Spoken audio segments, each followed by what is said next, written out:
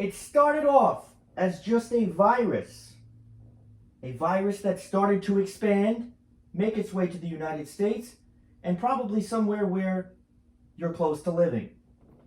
Rudy Gobert thought it was all a joke. He touched the microphones while feeling ill, and then all of a sudden, the news came out that Rudy Gobert tested positive for the coronavirus, and the entire sports world changed just like that. Everything outside of washing your hands and avoiding touching your face is out of your control. But your job is to control what you can control, and that is washing your hands, avoid public places that you don't need to be, and not touching your face. Ladies and gentlemen, we're going to talk about the coronavirus and its impact on the professional sports world as dozens of events were canceled. Stay right here. When I think of March Madness, the very first thing that I think of is not even basketball. It's not even elimination. It's not even the sport basketball. I think of fans. So what is March Madness without fans? It's just not existent. The NCAA was not the first person or the first organization to do so, but they were planning on having March Madness go on without fans. Now, soon, it didn't take long after for them to realize that that was just not going to happen. They canceled March Madness. All of these players that busted their ass the whole year, all of these fans that put so much money into it, and just us in general, the average person enjoys March Madness, even if you're not a basketball fan. Most people, I have people that don't know the slightest thing from the NBA, but they enjoy March Madness, as do I. I look forward to it every year. They canceled it. They have to cancel it. The first thing that came out about this virus, sports-related, is that Rudy Gobert was seen acting like a jackass prior to the game, which was supposed to tip off against Oklahoma City Thunder on, I believe, Wednesday night, right? And the news came out. We knew that he was feeling ill before the game, but the news came out that Rudy Gobert is not feeling well. Okay, well, with all of this going on, maybe he's got symptoms, he's got to get tested. He gets tested. Rudy Gobert gets tested. And I believe just before tip-off, his results come back. Rudy Gobert is positive for the coronavirus. Oh, shit. Oh, shit should be most people's first reaction. Rudy Gobert has the coronavirus. Now, that's a problem. The first thing they do is postpone the game, and that's exactly what they have to do. Sooner thereafter, the NBA suspends the season. They have to. Because now Rudy Gobert has this virus. We don't know who else has it. Who else has this virus? So, of course, all of the Utah Jazz have to be tested for the coronavirus. And we anxiously await the results. I believe they took about 16 hours or so. I don't know exactly. But I did get the notification when I was at work yesterday morning that Donovan Mitchell has the coronavirus. So now we know that Rudy Gobert spread the virus. The question is, what about everybody else? The results did come back for everybody, and thankfully, it was only one other person, Donovan Mitchell, that had the coronavirus. So 58 players for the Utah Jazz and staff were tested, and only 2 had it, Gobert being 1 and Mitchell being 2. So that is good news. Not that Mitchell has it, but good news that 56 people did not catch this virus. They are under quarantine. I'm sure there's updates going on. There's so much news with the coronavirus that's just going on, and it's just ridiculous. The problem with this is that Gobert was seen acting like a jackass before the game. That's where my problem lies with it. If you're not a believer in karma, and again, I do not wish any ill on Rudy Gobert, but from what I'm hearing, a lot of his teammates think that there will need to be a lot of relationships rebuilt for the Utah Jazz. So the NBA responds by suspending their season, which they have to. Now, we know that this is going to create a domino effect because now we know that the NHL is coming towards the playoffs. They're going to have to do the same thing. MLB's getting ready to get started. They're going to have to probably do it. And the XFL is still going on. And this creates a lot of problems. Now, we've already been told that the salary or the hourly paid workers within the arenas, a lot of athletes have contributed to giving them or donating some of their salary to them so that they will be paid as if the games were going on. And I think that's the right thing to do because these people are out of jobs now. And there are the people that are on the court that are making, some of them, over $30 million a year. So I think that's the right thing to do. Again, the athletes aren't obligated, but I feel like in a way they should. If I was a professional athlete, I wouldn't donate $20 million, but I would give some of my money to different arenas, especially the one that I play for. If I like Kevin Love did it, he donated $100,000. I think that was great.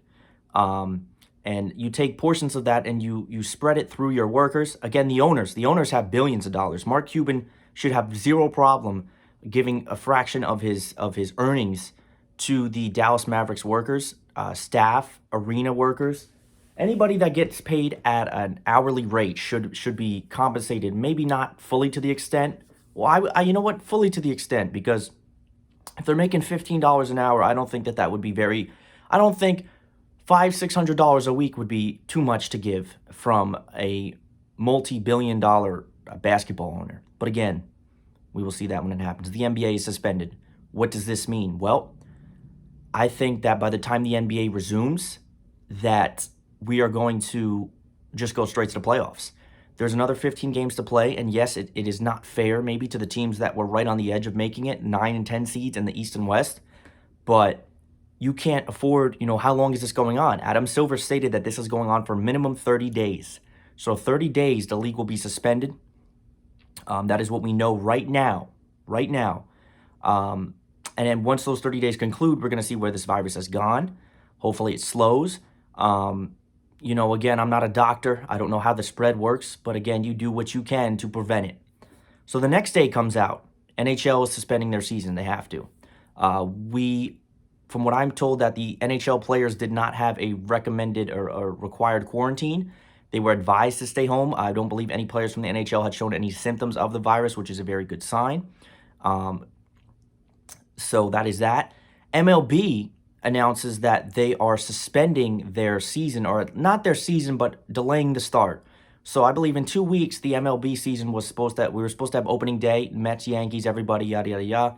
That is now delayed till we don't know when.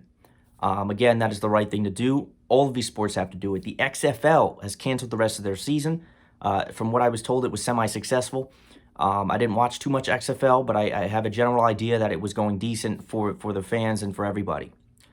March Madness is the one that hurts a lot of people, I think, because so many fans look to that, and from now no fans to being canceled, March Madness is for the fans.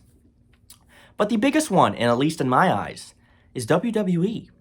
Now, we know Vince McMahon's ego is very, very far up his ass, but from what we're told, WrestleMania 36 is still going on. I don't know how, because there's got to be some kind of higher authority that can stop that. The problem is, with WrestleMania 36 still going on, the problem is not the event and the workers. The problem is WrestleMania, for anybody that is a wrestling fan, at some point in their life is probably on their bucket list, okay? WrestleMania attracts thousands and thousands, even millions, I don't know about millions, but people that are not your typical wrestling fan, even a casual fan.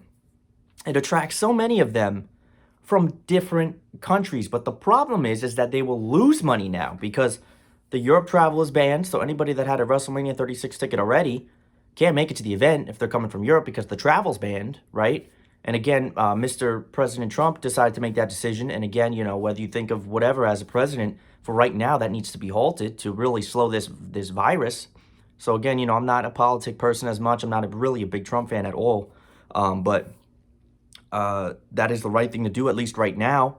It sucks for people that are visiting, can't go back home, or people that are planning to visit. The best thing for most people to do is just stay put. Stay put. Go where you have to go. Don't go where you don't need to go. The gym, I have plenty of things at home I can do to benefit myself and to use to work out instead of having to go to the gym. Again, just situations that you don't have to be in. You have to work. Life goes on, okay? But do whatever you can to prevent it.